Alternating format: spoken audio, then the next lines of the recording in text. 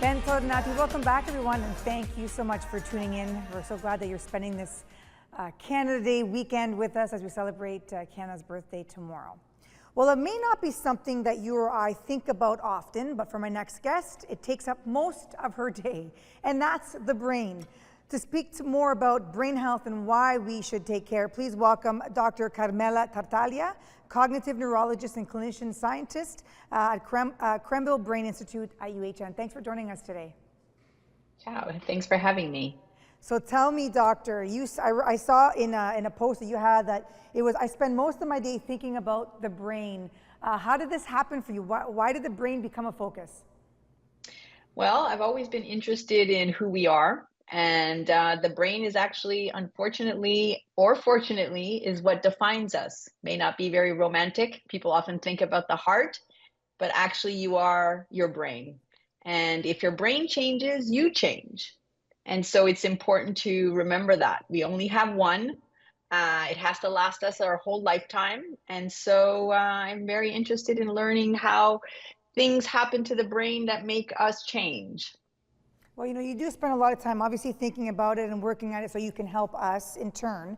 Are you surprised sometimes or would you think it's just completely normal that we may not be as aware of how the brain can really affect everything as you say it does? Yeah, I know it's a bit surprising to me, but I also understand that oftentimes people don't realize that everything you are, everything you love, everything you hate, that your favorite color is blue, or your family, recognizing that your family is your family, all that it belongs to the brain. And when something happens to the brain, those things change. And oftentimes it's hard for the person to realize, but it's also hard for the family members to realize that the person they knew is changed because of the brain disease that they have.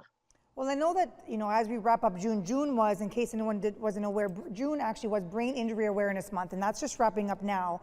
But to give us a little bit more, I guess, education on this, give us a sense of what, if you can, in a condensed version of it, because I'm sure it's very intricate, but the parts of traumatic brain injuries and perhaps some of the differences under that umbrella.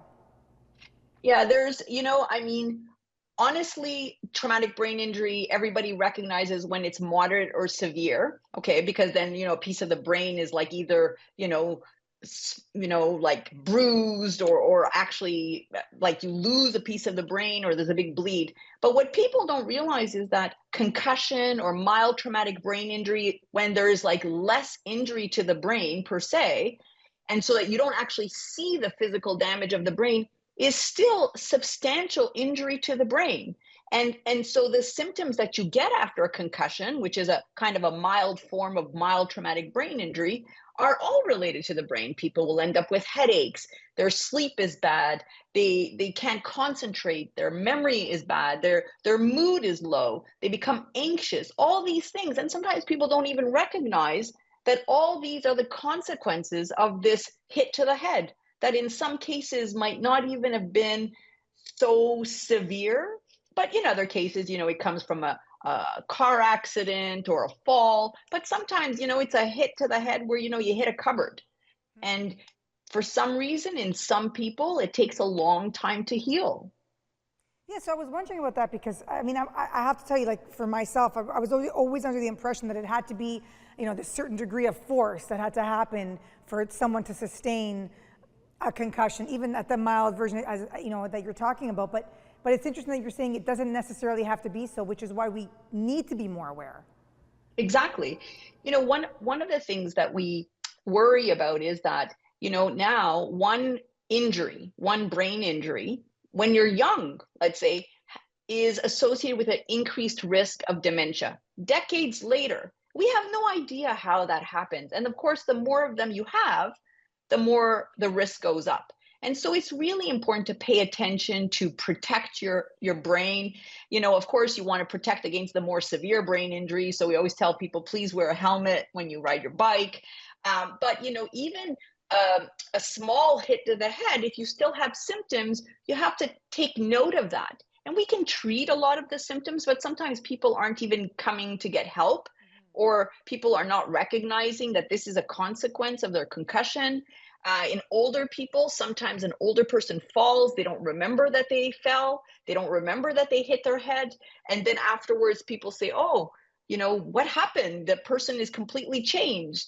So there's a lot of consequences. And, we always say, education is key, right? Like if the mind knows something, the eyes will recognize it. So it's important that we start recognizing that a brain injury is just that. It's a brain injury. So let's talk about, for our viewers at home watching, and we're getting out this summer, a lot of the kids, they're jumping on their bikes, we're on ATVs, we're on boats, we're doing all these different things. How do we protect our brains? And what would you like to see us do so that we don't have to come see you, even though we'd love to see you, but not for that, we don't want to see you for that reason, but how do we protect ourselves? So, of course, it's very important to wear a helmet, okay? If you're doing any activities where you could fall, like riding your bike, anything like that. And that's because worse than a concussion or a mild traumatic brain injury is a moderate or severe brain injury. It's hard to recover when you lost a piece of your brain. And then it's a matter of, making sure we want people to stay physically active. But if you get a concussion because you're playing a contact sport, well, you have to wait to heal before you get back out there. And the same thing happens if you fall, let's say, or had a motor vehicle accident, and then you have, symptoms. Well, afterwards, maybe soccer is not the game for you, right? Where there's even heading of the ball, there's constant risk, like you could run into another player or the post or something. So it's important to recognize that if you hit your head, and sometimes you don't even have to hit your head, you can hit your body so hard that the force is transmitted to your brain. If you feel that after a hit you're changed, like whether you're dizzy, you have headaches, memory problems, concentration, your mood is low, think something has happened to my brain. I need to stop. I need to, get some medical attention. I need to start dealing with the symptoms. We don't want people to rest anymore. That's a myth. We want people to stay active. Physical activity is important for the brain. Social activity is important. But we want people to take notice of that. Doctor, I want to thank you so much for joining us today, and you gave us so much insight. And I know that there's also so much more research and that needs to go into it. So if anybody wants more information, I'm sure they can, visit your website, right? I know you have the Krembo website as well. There's the Instagram post. There's so many great places to get some information. And if they need more, they can also give you a call as well. Before we go, I know that you've got some Molizana blood in you. So maybe you want to say goodbye to our viewers in your Molizana in dialect? Ciao a tutti del Molise e buona festa del Canada. Grazie. Have a wonderful day, doctor, and thanks again for joining us with some really important information, doing all the great work that you do. Ciao, thank you. Ciao, ciao. All right, everyone, we're going to take a short break with some music.